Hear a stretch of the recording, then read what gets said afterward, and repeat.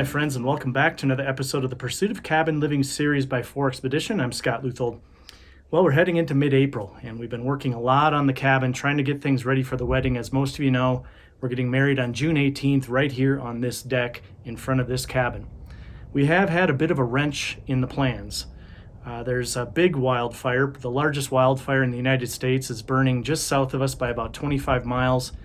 It's called the Hermits Peak Calf Canyon Fire, and it's burned over 200,000 acres now. There's about 2,000 firefighters working on this fire. There's over 20 aircraft that are flying over the fire and dropping everything from slurry to water to whatever. And it's definitely starting to put a wrench in the plans. The fire started on Hermit's Peak, and then there was a second fire that started at Calf Canyon. They both grew together and became one large fire, and they definitely put a lot of threat on a lot of communities down there in the valley, the village of Las Vegas, the village of Mora, and there's a lot of very small communities throughout the mountain range down in that area that have totally burned to the ground. I believe over 150 houses have burned to the ground. And when I say houses, these aren't just any house. These are rancheros that have been handed down through generations over multiple centuries. As most of you know, New Mexico is a very old, very historic state. And this state was once owned by Spain, by France, the Republic of Texas. It was eventually then taken over by the United States. And so it's got a lot of long history. And the people that live in this valley down below us in Mora, for instance, have dealt with a lot of, I would say, pain and suffering through war and battle.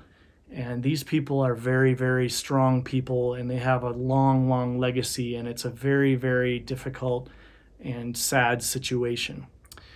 The fire is about 25 miles southwest of us right now, and there was an area around the village of Mora and Holman where the 518 goes up and around, eventually over to Taos. And we were hoping and praying that the fire would not cross over 518, but unfortunately with these very, very high winds, upwards of about 60 mile an hour gusts coming from the west and from the southwest, there is a possibility that those fires are going to make their way toward us. They did jump over the 518, burned several, maybe 200, 300, 400 acres already.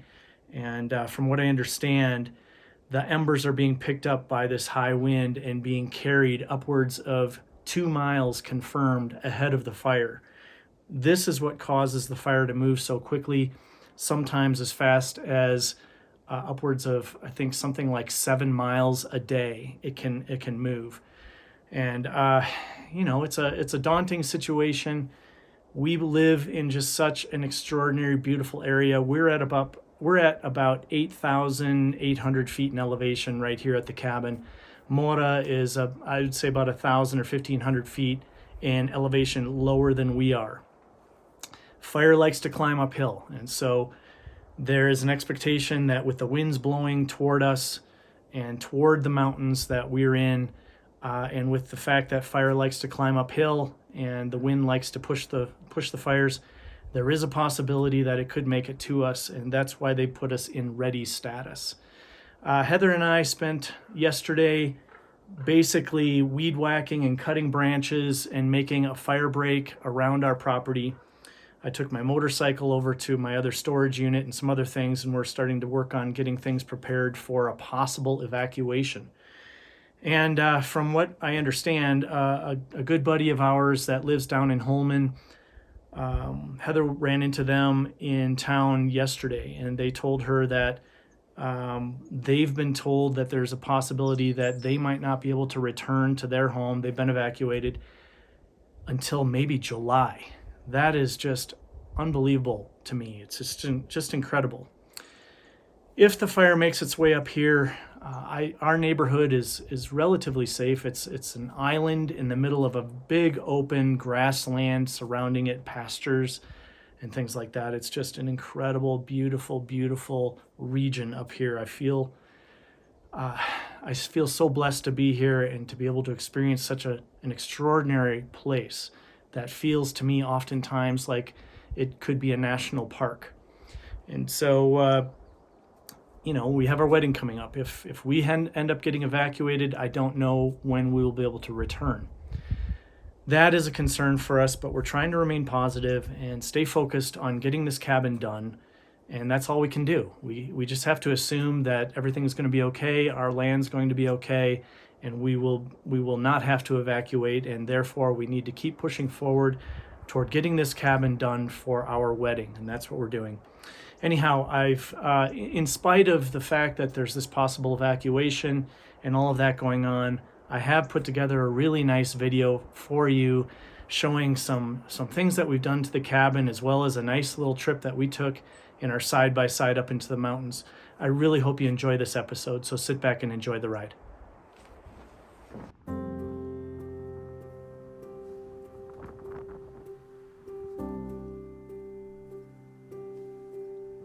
All right, so now we're putting our tongue and groove up. I got the first piece. We're running that one 2 feet. Actually, it's 24 1/4 to get it on the middle of that rafter. And then the next one's gonna come along here. It's gonna be 75 3/4. So what we're gonna do is we're gonna have it stick out 6 inches on the end here. Hello. You ready to do the next one? Yes. Can you grab that? Get her done. Get her done.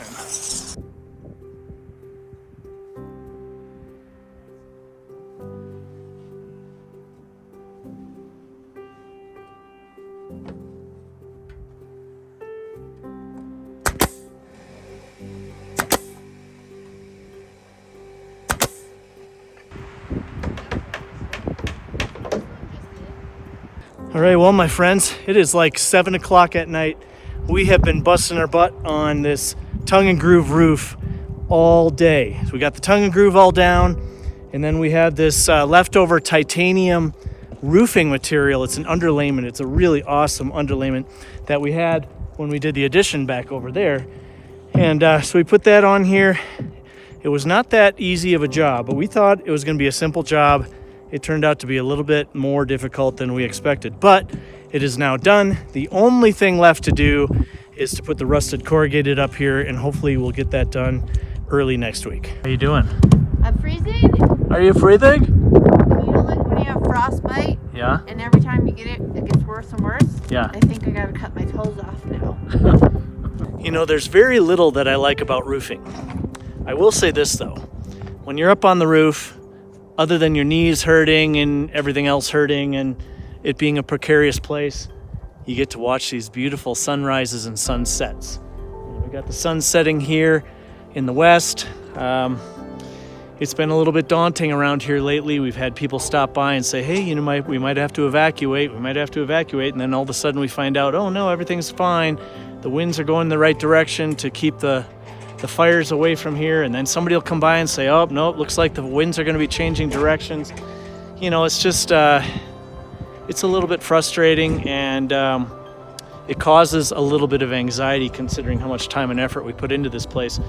But we remain hopeful that everything's going to be just fine. So it's been a couple of hours since I've been down here on the deck. I've been up on that roof while Heather's been doing the cutting. I've been doing the measuring and a lot of the nailing, as you saw, but I wanted to show you the results. All right, so here's our beautiful porch and porch roof. Check it out. It came out really, really beautiful. Look at that stained tongue and groove underneath there. Wow, it's so cool.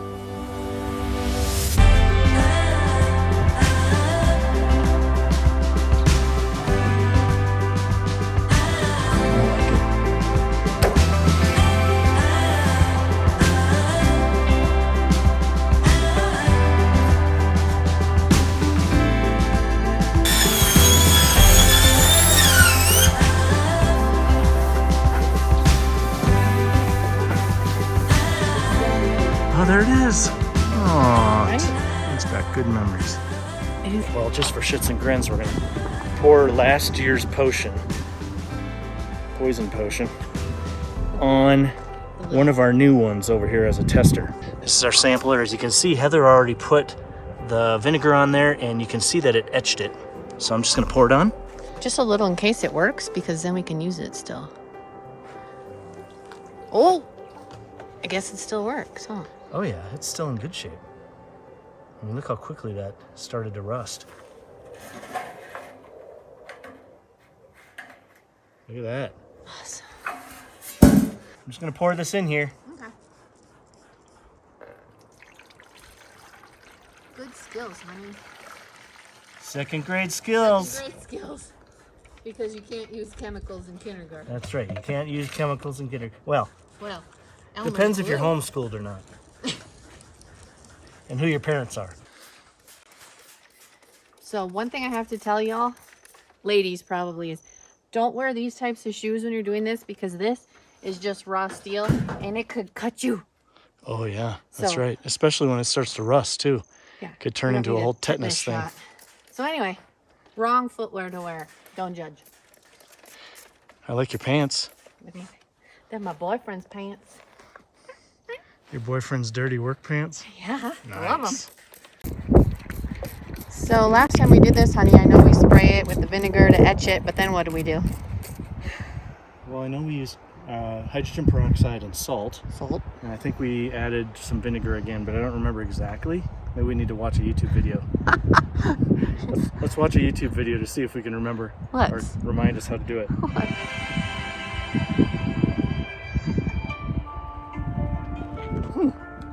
Let's watch one of our own videos.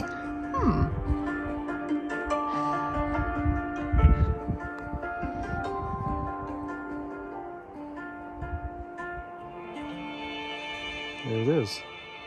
Ourselves the solution that we need to make this corrugated rust. And we're going to talk a little bit about that this morning, tell you all about how that's done, and show you the process. It should be pretty cool. I'm excited about it. Heather's really excited about it too, because it's something that happens right before your eyes. Yesterday, we spent the whole afternoon pressure washing all of these sheets in order to take off the oil that comes with them from the factory. All right, so this is the stuff that we got. We got 3 gallons of vinegar.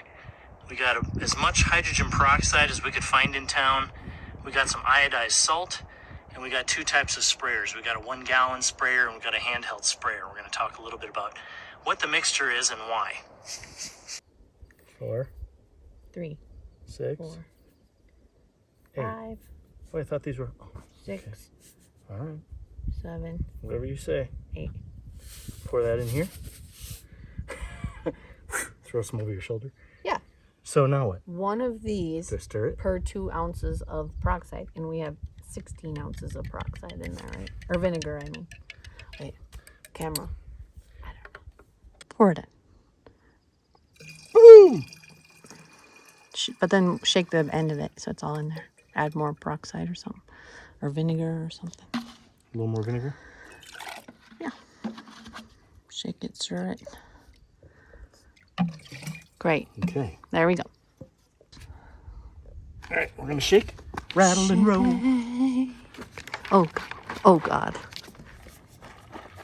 Shake your booty. Oh yeah. If this is not gonna get us viewers, Oh yeah. I'm marrying that.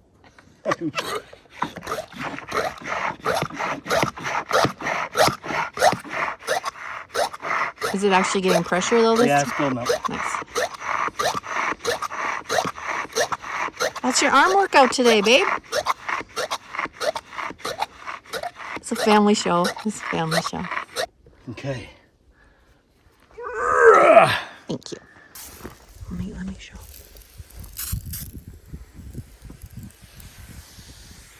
Dang, we're good.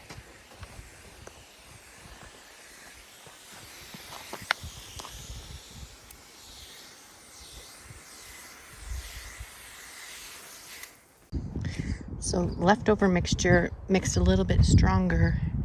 I'm gonna put it on some of these spots that are not as rusted. Look at this. Awesome.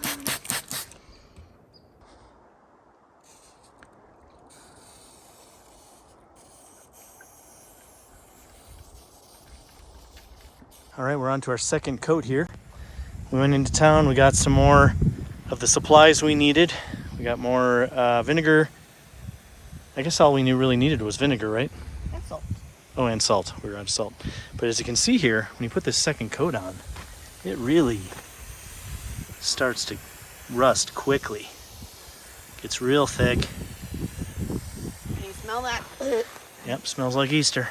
All right, while Heather works on that, I'm going to work on the whitewash of all these boards we just picked up. So we just picked up about 50 12-foot long tongue and grooves, and we're going to go ahead and put this whitewash on it. It's called Color Wash by Minwax, transparent layering color. Heather says it goes on real thin, so we're going to put it on there. We'll leave it on for a little while, and then we'll wipe it off, and it should be fairly transparent and give it a little bit of a white wash look. And this is what's going to go on the ceiling of our bedroom and bathroom and hallway.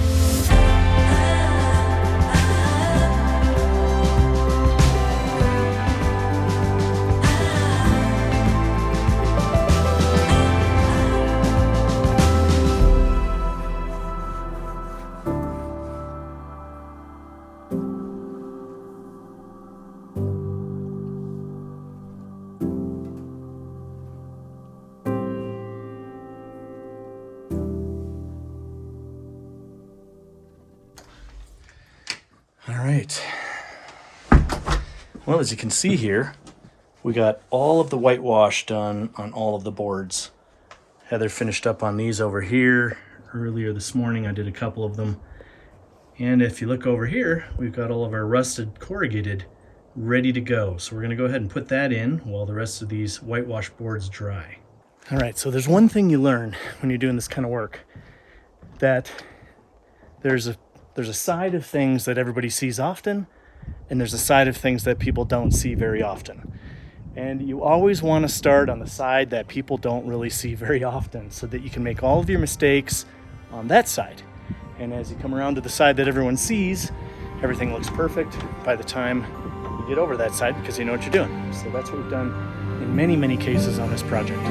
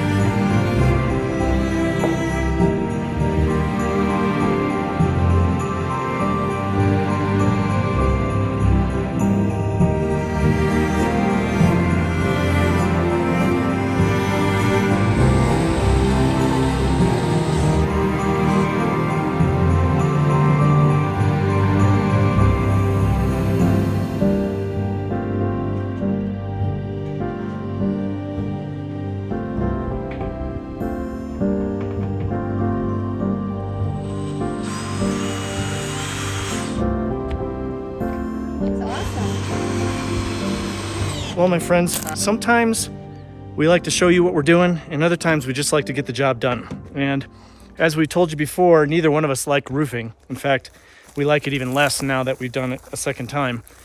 But we are done. We're done!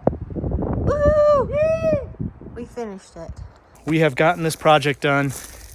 All of the rusted corrugated is up there, all of the flashing in the back, the drip edges in the front, and it looks really, really good. It was a pain in the butt, but it's done, and we're happy.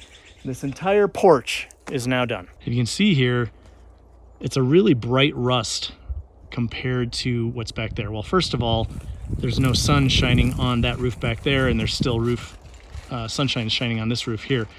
Nonetheless, it is just freshly rusted, so it will wear in over time and start to look more weathered, and it'll match the one back there. But overall, we're really happy with it, and we're excited that it's done. Power's back on.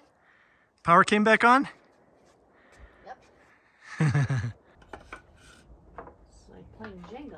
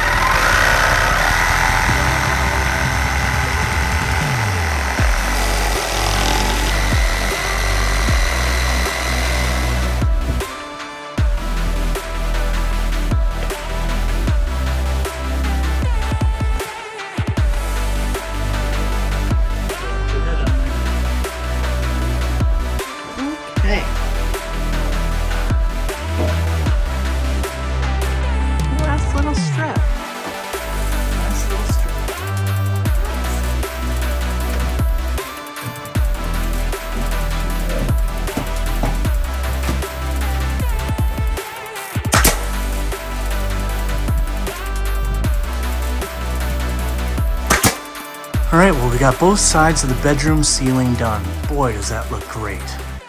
It looks so nice. Basically, we've got this beam here.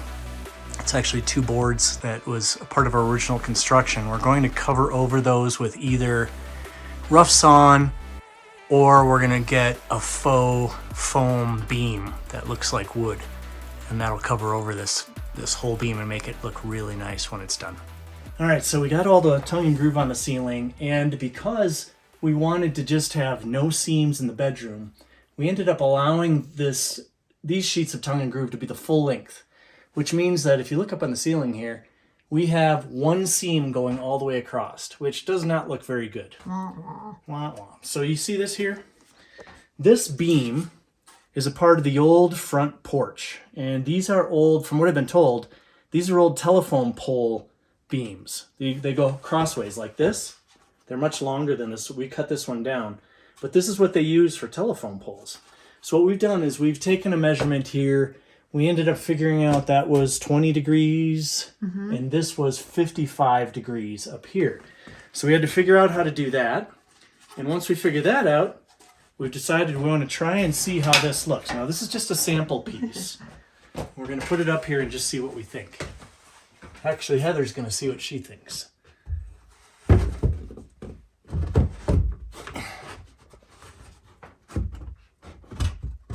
There. It's so cute. Oh my goodness. Screw it. Just do it. Just put it right up there. Screw it and do it. You like it? Now, I was thinking about putting another one from here straight across. I don't know about that right now, but this one's super adorable. All right, so I'm going to go get those super long... oh, cool. We got this hole here, too. I'm going to go get those super long Simpson screws that we've got. Okay. We're going to drive one this way, and we're going to drive one up that way. Awesome. All right, come on down. Well, good morning, friends. Today we've got a couple different projects we're working on. We did get most of the tongue and groove on the ceiling done. We didn't get the bathroom finished yet because I was on Facebook a couple of days ago, and we've been looking for a tile guy.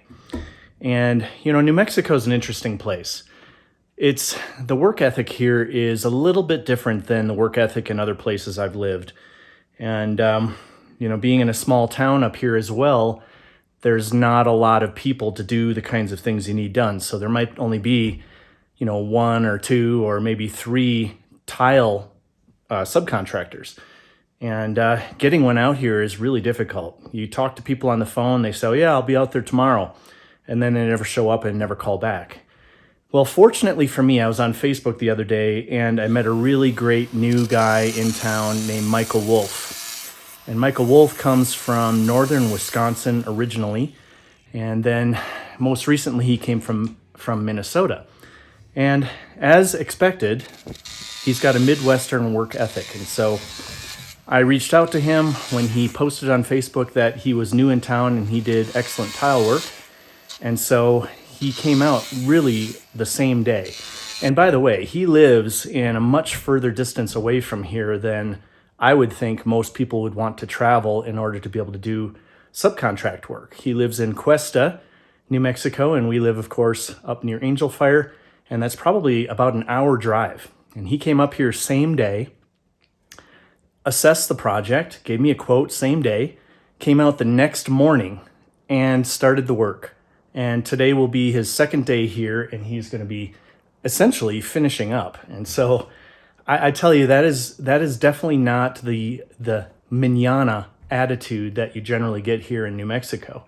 So I think Michael is going to be very, very successful here, as he was back in the Midwest, primarily because he shows up. And then I have to say that his work is really good. Let me take a few seconds here to show you what he's working on.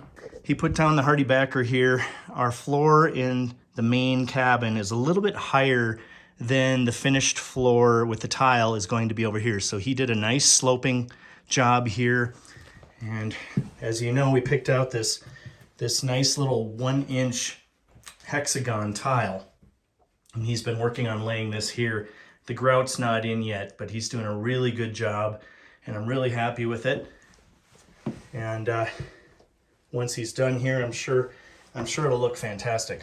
So while he's working on that, I'm going to be going outside here today and finishing up on this deck project. Mainly because I can't do anything inside while he's in there working on the floors. We can't go in and out of the bedroom. We can't use our bathroom. That's been a challenge. But today I'm going to be building a staircase here and a staircase over on the other side of the deck. And then once the staircase is done, we'll put some more timber tech on top of that, and then we're going to wrap this entire deck with this rusted corrugated.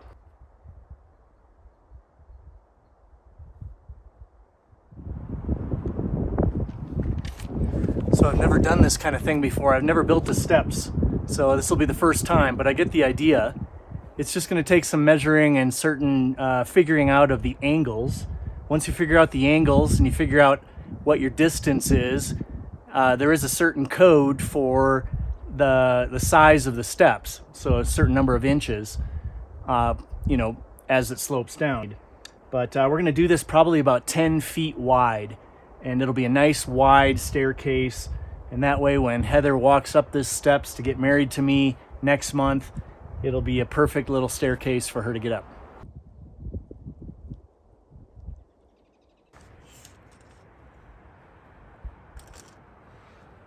All right, so the best way to figure out how to do things when you don't know how to do them is to look it up on YouTube. So I wanted to thank the Perkins Builder Brothers for showing how to build a staircase. So now I know how to do a stringer.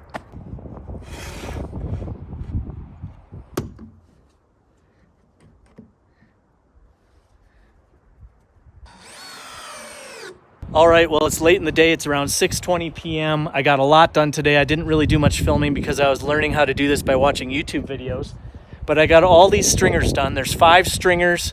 I got them in there really beautifully. They're in there very solid, and I'm really happy with it. So now we're going to go ahead and put the timber tech on the top, and then we're going to put a backboard or a riser board on each of the face plates there.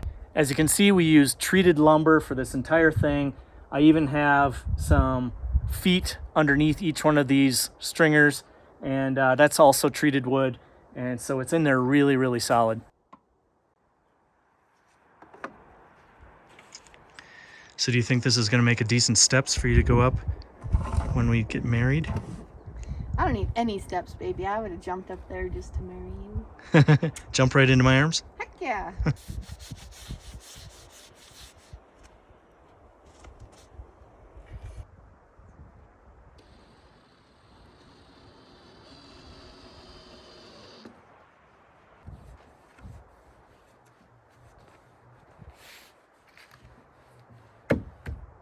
Well, good morning, my friends. It's Sunday morning. It's Mother's Day. Happy Mother's Day to all you mothers out there. Just wanted to take a quick look at the steps that I did last night. As you can see, it came out really, really nice. It blends in. The kickboards really match the cabin really well. I think that looks really nice. It's also super, super solid. I'm really happy with it. Well, today, since we've been working so dang hard, we're going to take the day off. And we're going to go and take Max, our side-by-side out. We're going to go up a trail, Forest Road 76. We want to see if we can get to a place called Valle Escondido. And it's supposed to be a pretty cool route. It's very, very windy today. We're a little concerned about that because it's a west-southwest wind. So the fires could blow in our direction. But we remain hopeful, and of course, it's pretty far away at this point. So, we just got to keep living our life like normal until we're told to do otherwise. So we're going to go out and have a good time today. You going to use your brand new steps that you built? Boom, boom, boom, boom. Nice. There's our good friend Max. Let's head up. All right, you ready to go? Let's do it. Let's go on an adventure. Oh, yeah.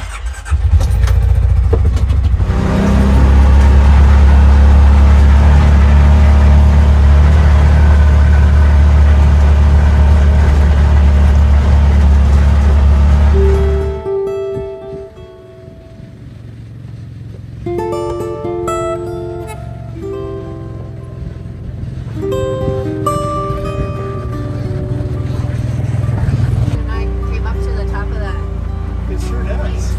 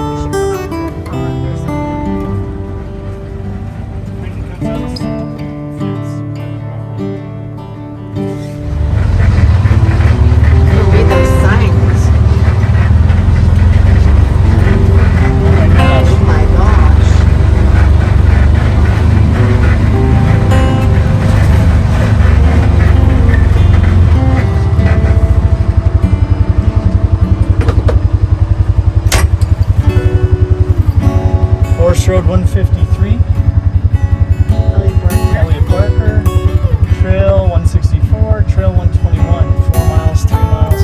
There's another sign up ahead here. Look at this beautiful valley.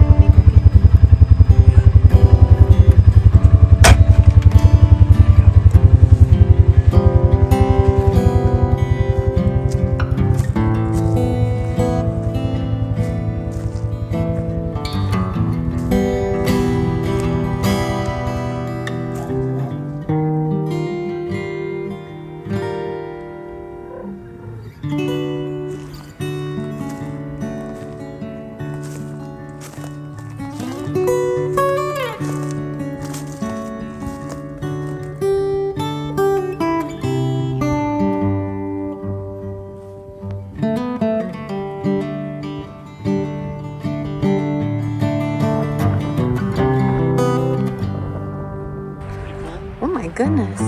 Just a clearing here that drops all the way down, and that big opening way out there is Valle Escondido. This whole valley is called Valle Escondido.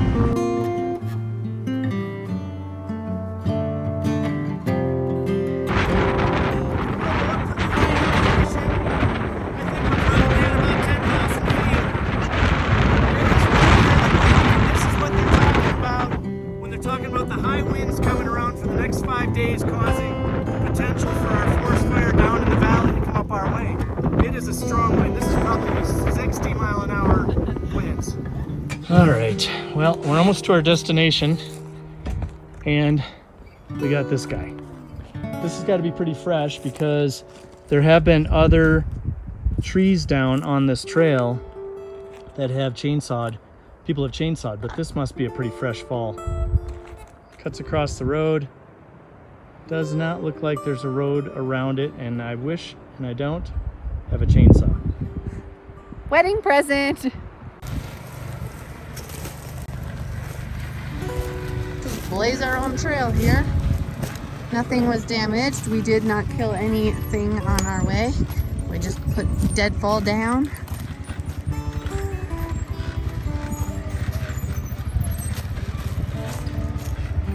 But look what was blocking the way.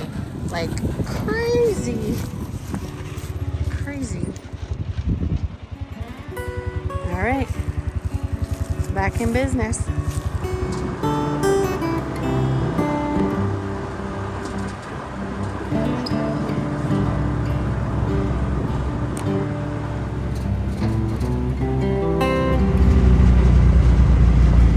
One of the things I really like about Valle Escondido is they've got this golf club here and this old log cabin which has a bar in there and a little restaurant. And certain times of the year it's open. It's not open right now. It opens on the 20th of May, and it's a really great place to come and sit.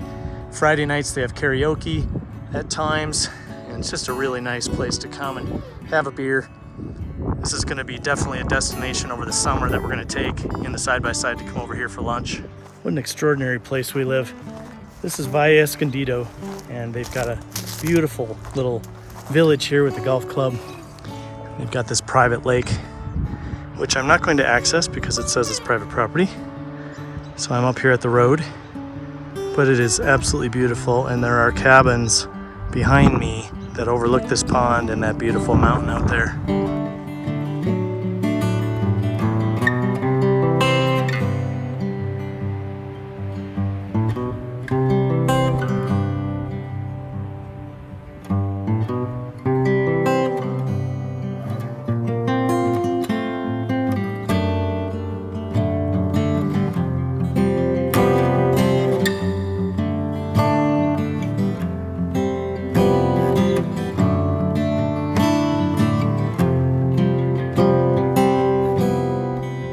my friends, I think that's it for this episode of the Pursuit of Cabin Living series by 4Expedition. I really hope you enjoyed this episode as much as I enjoyed creating it.